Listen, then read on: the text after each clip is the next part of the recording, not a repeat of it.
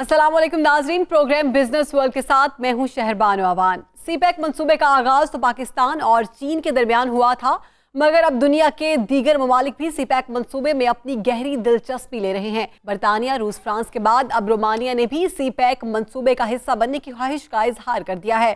पाकिस्तान में तैनात रोमानिया के सफीर नकोले गोया ने कहा है कि उनका मुल्क आइंदा चंद साल में पाकिस्तान के साथ बाहमी तिजारत को $50 करोड़ सालाना तक ले जाएगा, क्योंकि दोनों ममालिक के दरमियान मुतादिद शोबों में दो तरफा तिजारत को फरोग देने की उम्दा मौके मौजूद हैं। नकोले गोया ने कहा कि सीपैक पाकिस्तान के लिए बहुत अहम मंसूबा है, क्योंकि इससे इलाकाई रवाबित बेहतर होंगे। रोमानिया भी सीपैक का हिस्सा बनना चाहता है। इस पर बात करने के लिए हमारे साथ मौजूद हैं माहिर माशियात। उनसे जानेंगे रोमानिया ने पाकिस्तान के साथ तिजारत को $50 करोड़ सालाना ले जाने का फैसला किया है। बढ़ते हुए तिजारती ताल्लुकात से पाकिस्तान की मईशत को किस हद तक फायदा होगा? देखिए जी, इस वक्त पाकिस्तान को तो इंतहाई ज़रूरत है तिजारती रवाबत की तमाम ममालिक के साथ से, नो डाउट।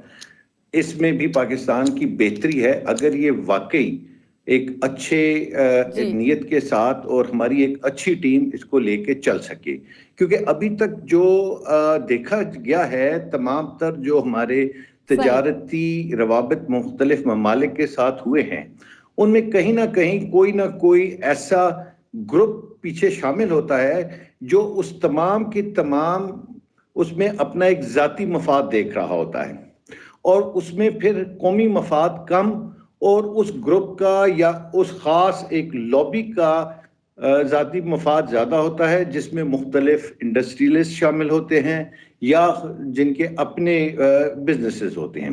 जहाँ तक पाकिस्तान के साथ ताल्लुक़ है, नो डाउट क्योंकि इस हमारा पाकिस्तान अफगान ट्रेड भी डिक्लाइन की तरफ है, नीचे जा रहा है। वहाँ से जो हमारे आमदनी के हसूल होनी थी वो कम हो रही है।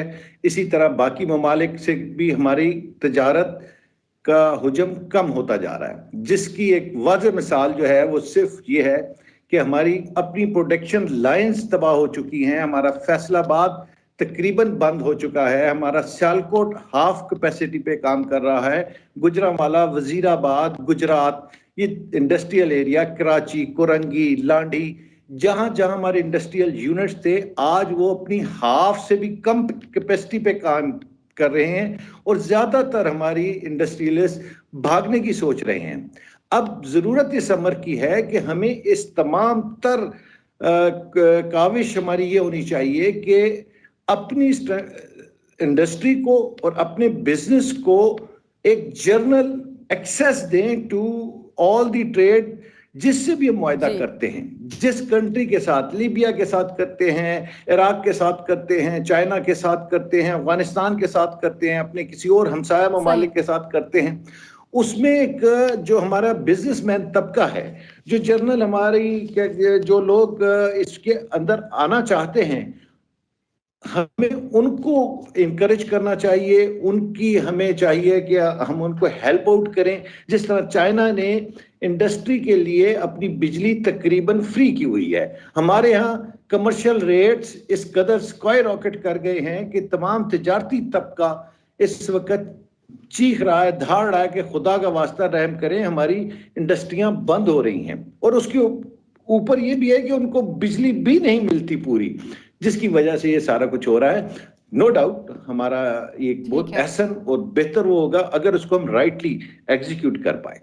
क्या वजह है कि पाकिस्तान की रोमानिया के साथ सफारती ताल्लुकात को बहुत अच्छे हैं, मगर तिजारती ताल्लुकात ज्यादा मजबूत नहीं? आपके नजदीक इसकी क्या वजह है? अगर आप गौर थोड़ी सी हिस्ट्री का मुताला करें तो पाकिस्तान ने जहां कहीं भी अपनी कोई तिजारती इनिशिएटिव लेने की कोशिश की, हमें एक भरपूर इंटरनेशनल मुज़ाहमत का सामना करना पड़ा, जिसकी बेहतरीन मिसाल आपका ना सिर्फ सीपैक बल्कि मैं आपको याद कराना चाहूंगा आपको और आपके नाजरीन को कि जिस वक्त तालिबान की गवर्नमेंट थी और पाकिस्तान ने अपना एक तिजारती वफ्द सेंट्रल एशियन स्टेट्स की तरफ भेजने की कोशिश की, मेरे ख्याल से और मेरे तज्जिए के मुताबिक ये वो वक्त था कि जिस वक्त हमारे दुश्मनों और हमारी एंटी जो लॉबीज हैं पाकिस्तान अगेंस्ट, उनके कान खड़े हो गए اور وہ وقت تھا کہ جب طالبان کو بھی لپیٹ دیا گیا اور اس دن سے آج تک افغانستان میں امن نہیں آیا، کیونکہ پاکستان ایک نئے روٹ، ایک نئے تجارتی شاہراہ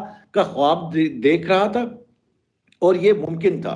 اس کے بعد سی پیک کا جب سے اجرا ہوا تب سے بھی ہمارے خلاف سازشوں کا اور ہمارے خلاف ہونے والی ہر وہ کوشش ہمارے ہر اس دشمن کی جانب سے جو کھلا اور چھپا ہوا ہے سامنے آنا شروع ہو گئی ہے۔ تو بنیادی طور پہ اس کے لیے ہمیں ایک بہت ہی افیکٹو قسم کی ڈپلومیٹک کوشش کے ساتھ ساتھ ایک ہماری تجارتی ڈپلومیٹک کوشش ہونا بہت ضروری ہے، جس میں ہمارے اچھے قسم کے ڈپلومیٹس جو کہ ہمارے تجارتی سفیر ہوں وہاں پہ، ہمارے بزنس اٹیشیز جو ہیں وہاں پہ، وہ اتنے اہل اور اتنے اچھے ہونے چاہیے کہ جن کو اتنی نالج ہو۔ ابھی میں آپ کو ایک تھوڑے دنوں پہلے کی مثال دوں، کیپٹن تصور ایک ہمارے فورن آفس کے آفیسر تھے، ان کی پوسٹنگ ہوئی میکسیکو میں ایز اے سفیر۔ واحد سفیر ہیں جنہوں نے جانے سے پہلے پاکستان کے ہر چیمبر آف کامرس کا دورہ کیا، اور آج وہ میکسیکو میں اپنے لوگوں کو پاکستان کے سیالکوٹ سے، گجرانوالہ سے اور فیصل آباد سے لوگوں کو میکسیکو بلا رہے ہیں کہ آئیے اور یہاں کی مارکیٹس کو ایکسپلور کیجئے۔ یہ وہ ایک ایگریسو انیشیٹیوز ہوتے ہیں ڈپلومیٹس کی طرف سے جو وہ اپنی کنٹری کے سپورٹ کے لیے لیتے ہیں with the help of the جو آپ کی لوکل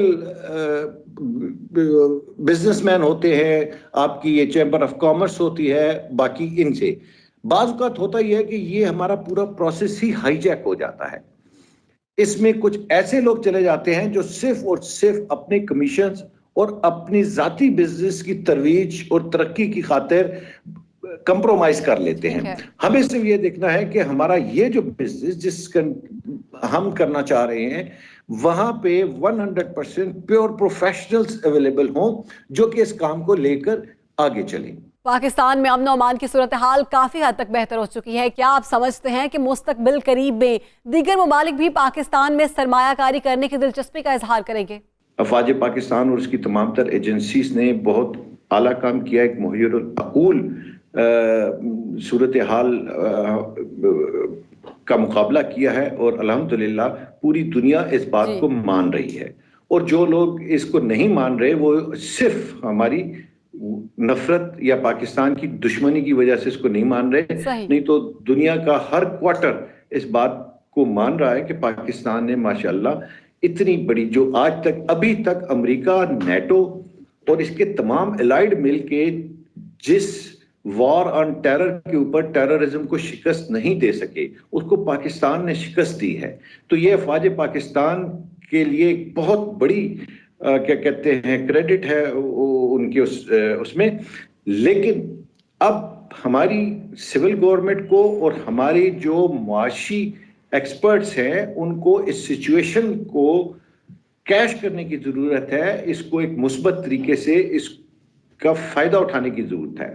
سی پیک ایک ایسی اپورچونٹی ہے جو پاکستان کو آل ٹوگیدر چینج کر سکتی ہے اگر اس کو رائٹلی ہم نے ہینڈل کیا۔ کیا وجہ ہے کہ دونوں ملکوں کے مابین اتفاق رائے نہ ہونے کی بنا پر گزشتہ کئی سال سے یہ معاملہ تاخیر کا شکار تھا؟ جی ہاں، سی پیک بالکل ایک عالمی منصوبہ بھی ہے، اور اس میں صرف اس وقت دوڑ اس بات کی ہے کہ اس سی پیک سے کس کس کنٹری کو کس کے مفادات کے اوپر زد پہنچ رہی ہے۔ جس میں سب سے زیادہ مفادات پہ زد پہنچ رہی ہے وہ ہے بھارت، وہ ہے امریکہ اور وہ ہے ایران۔ ان لوگوں کو اس سے کافی ان کے مفادات جو ہیں متاثر ہونے کا خدشہ ہے، جس کی وجہ سے، اور کچھ ہمارے دوست بھی ہمیں بہت فرینکلی اس وقت کہنا چاہیے کہ دبئی بھی اس وقت ہماری گوادر پورٹ کو یا سی پیک کو ایک اچھی نظر سے پوزیٹیولی نہیں دیکھ رہا۔ یہ ہمیں انہیں باور کرانے کی ضرورت ہے کہ یہ سی پیک ان کو کوئی خطرہ ان کے لیے پوز نہیں کرتی، بلکہ ان کے لیے یہ باعث सूदमंद होगी, बाइसे फायदा होगी, उनके लिए बेहतर होगा। जी सर, ठीक है, बहुत शुक्रिया आपके वक्त का। अभी वक्त हुआ एक ब्रेक का, हाजिर होते हैं थोड़ी देर में।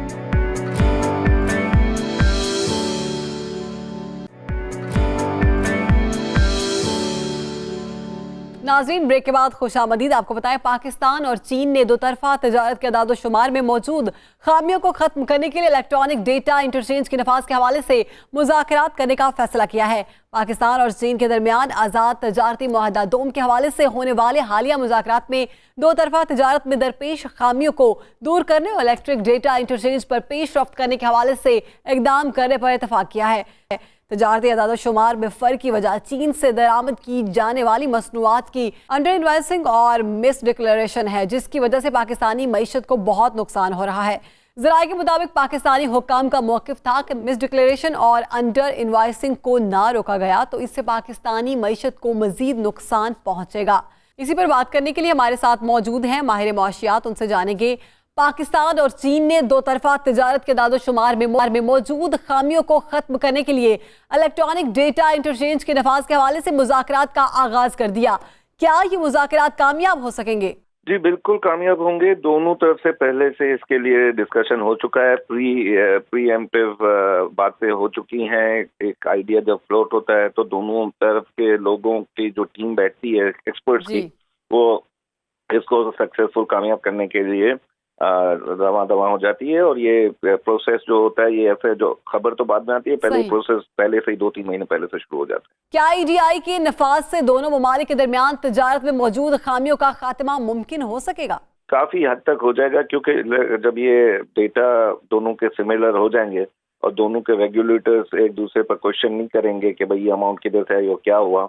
और एक जैसे बैंक होता है और बैंक के अंदर और क्लाइंट के बीच में जो स्टेटमेंट्स रद्दोबदल होते हैं, उनसे उनका बैक ऑफिस का हिसाब और अपना बैंक का हिसाब मिलना चाहिए। तो ये इसके साथ ये होते ही दोनों साइड के लोगों के जो अमाउंट्स की प्लेसमेंट होगी, अमाउंट जो डिस्पैच किया जाएगा डिफरेंट जब काम होगा इंफ्रास्ट्रक्चर डेवलपमेंट के लिए तो मिलेगा। तो ये काफी हद तक इसमें शफाफियत भी आ जाएगी और काफी हद तक मसाइल हल हो। क्या वजह है कि दोनों मुल्कों के माबैन इत्तेफाक राय न होने की बिना पर गुज़िश्ता कई साल से ये मामला ताखीर का शिकार था? देखिए, वो तो आपको पता है ना, हुकूमतें जो अपनी होती हैं उनकी सीरियसनेस नहीं होती कई प्रोजेक्ट्स में।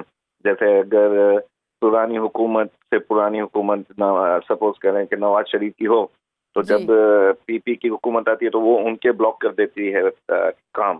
फिर जब नवाज की हुकूमत आती है तो पीपी के जो फेवरेट काम होते हैं, फेवरेट इंफ्रास्ट्रक्चर में दिलचस्पी जहाँ होती है, उसको रोक देते हैं।